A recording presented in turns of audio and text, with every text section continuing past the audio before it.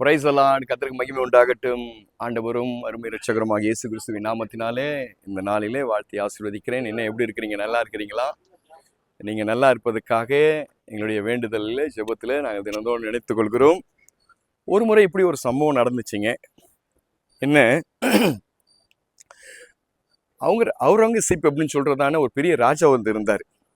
அந்த ராஜா முகலாய பேரரசர் அவர் தான். அவர் அரண்மனையில் உட்கார்ந்து கொண்டு இருக்கும்போது சக மந்திரிமார்களோடு உட்கார்ந்து கொண்டு இருக்கும்போது அவளுடைய பெண் ஒரு அலங்கோலமான ஒரு ஆடையோடு உள்ள வரா. அரையும் உரையமான ஒரு ஆடையோடு உள்ள வரா. அந்த ஆடை பார்க்கறதுக்கு அழகா இருந்தாலும் இன்னொரு பக்கம் பார்க்கும்போது அருவருப்பா இருந்துச்சு அந்த ஆடை.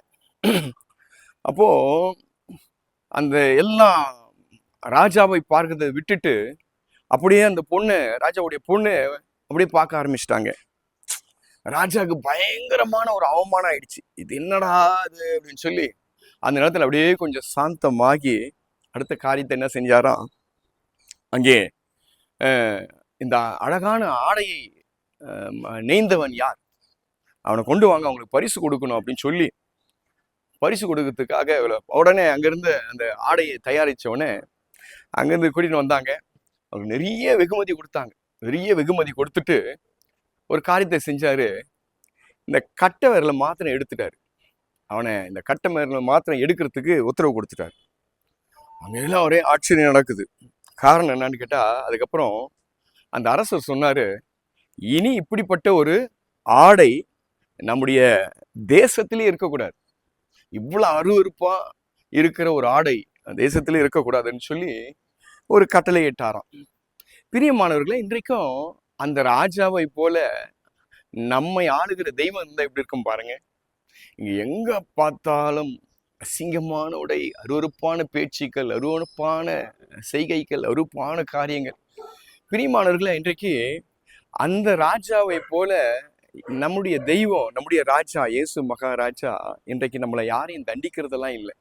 அவர் மன்னிக்கிற தெய்வமா இருக்கிறார். இன்றைக்கு அந்த மன்னிக்கும் போதே நம்ம ஓடி வந்துட்டா பிரச்சனை இல்லை. தேவன் நம்மை மன்னித்து ஆதரித்து அரவணைத்து ஏற்றுக்கொள்ளுகிற தேவனா இருக்கிறார். இன்றைக்கு எவ்வளோ அசிங்கமான காரியங்கள், அசிங்கமான பேச்சு, அசிங்கமான உடை, அசிங்கமான காரியங்கள் அப்படியே நம்மளுடைய நடைமுறையில் இருக்கும் போதும் அவர் நம்மை ஒன்றுமே விடாதபடிக்கு அழகா நம்மை சேர்த்து கொள்ளுகிற நல்ல தேவனா இருக்கிறார். ஆகையினால்தான் வேதத்துல ஒரு வார்த்தை சொல்லுது, அவருடைய இரக்கங்களுக்கு முடிவில்லையாம். அவருடைய இரக்கங்கள் மிக பெருசு. ஆகினால்தான் இன்றைக்கு நாம உயிரோடு வாழ்ந்து கொண்டு இருக்கிறோம்.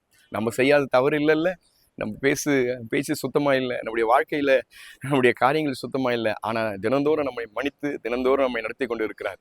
அந்த இயேசு ராஜா இரக்கமுள்ளவரா இருக்கிறார். அதனால அந்த இரக்கத்துக்குள்ள ஓடி வந்துருங்க. இன்றைக்கு நம்ம பிழைப்போம். ஜெபம் பண்ணலாமா? நல்ல பிதாவே, இயேசுவின் நாமத்தினாலே நாளுக்காய் நடு செலுத்துகிறோம். இந்த நாளிலும் கர்த்தாவே, உங்களுடைய இரக்கத்துக்குள்ளாக நாங்கள் ஓடி வந்து இரக்கத்துக்குள்ளாக தங்கி இருக்கேன். தேவனாகிய கர்த்தர் உதவி செய்யும். எங்க மேல இருக்கிற பெரிய இரக்கத்துக்காக, கிருபைக்காக ஸ்தோத்திரம். உன் நாமம் மகிமைப்படட்டும். இயேசுவின் நாமத்தில் பிதாவே, ஆமென். Praise the Lord. கர்த்தர் உங்களை மகிமைப்படுத்தட்டும், மகிமை உண்டாகட்டும்.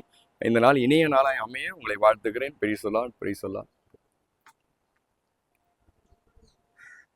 வந்துச்சா?